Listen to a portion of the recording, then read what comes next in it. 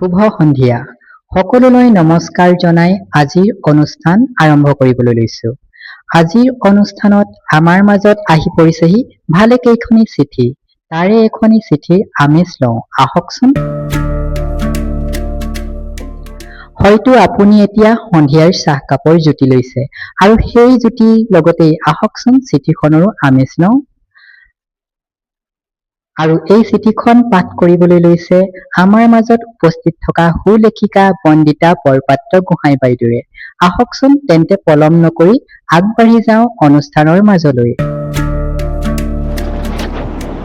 এইবাৰ আমাৰ হাতত আহি পৰিছেহি আকাশে তেওঁৰ প্ৰিয়জনৰ বাবে লিখা এখন চিঠি। মই পঢ়ি দিছোঁ।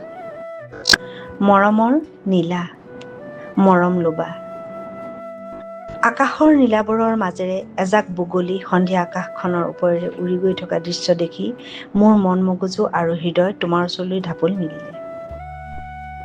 আমি সন্ধিয়া কিমান যে তেনেদৰে বগলী উৰি যোৱা চাইছিলোঁ, তোমাৰ বাৰু মনত আছেনে নাই? নে মইহে মনত ৰাখিছোঁ? সেই কথা মোৰ আজিও অবুজ হৈ ৰ'ল নীলা। আজি বহুত দিনৰ পৰা মই তোমাৰ পৰা এটা উত্তৰৰ বাবে বৰ আশাৰে ৰৈ আছোঁ। কিন্তু মই বিচৰা উত্তৰটো নাপাই আজি একেবাৰে ব্যাকুল হৈ পৰিছোঁ। এবাৰো তোমাৰ মঙ্গলবাৰো মনত পৰা নাইনে? আমাৰ শৈশৱৰ সেই যে ধেমালিবোৰ তোমাৰ মনত পৰেনে? বাৰু এইবোৰ বাদ, তুমি কেনে আছা? তাকে জনাই এটা লাইন লিখিবলৈও তোমাৰ আহৰি নাইনে? ইমান যান্ত্ৰিকতাৰ পথত তুমি ভৰি দিলাগৈ নে? আমাৰ সপোনবোৰ উৰিব ধৰোঁতেই সকলো মৰহি গ'ল। আৰু এটা কথা তোমাক ক'বলৈ পাহৰিছোঁ। আমাৰ গাঁৱৰ যে ৰাতুল, সিও আমেৰিকালৈ গ'লগৈ নহয়। সি আৰু গাঁৱলৈ ঘূৰি নাহে। গাঁৱৰ সকলো এনেকৈ ওলাই গৈ আৰু ঘূৰি অহাৰ আশাই নাইকিয়া হয়। এৰা, মৰমৰ গাঁওখন মইহে এৰিব নোৱাৰিলোঁ। পাৰিলে এইবাৰ বিহুতে এপাক মাৰিবা নহ'লে নীলা। দুয়োৱে অন্ততঃ পদুমণি পুখুৰী পাৰত অলপ বহি আকাশৰ নীলাবোৰৰ মাজত উৰি যোৱা বগলীকেইটা হেঁপাহেৰে চাম। শেষত তোমালৈ বহুত বহুত মৰমেৰে তোমাৰ আকাশ। চিঠিখন পঢ়িলোঁ।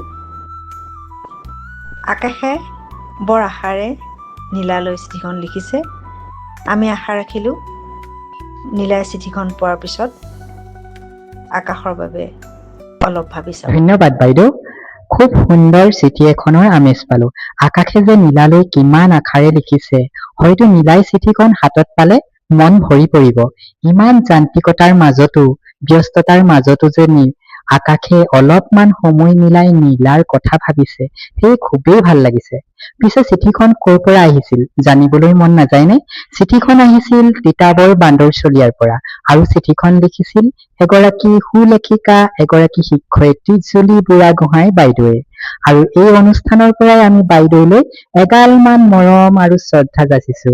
আপুনি সময় মিলাই অনুষ্ঠানৰ বাবে চিঠিখন লিখি পঠিয়ালে আৰু আপোনাৰ প্ৰিয় চিঠিখন পঢ়ি আমি খুবেই আনন্দিত হৈছো। পুনৰবাৰ বাইদেউলৈ ধন্যবাদ জনাইছো। আপুনি যেন সদায় এনেকৈ অনুষ্ঠানৰ সৈতে জড়িত হৈ থাকে। ধন্যবাদ।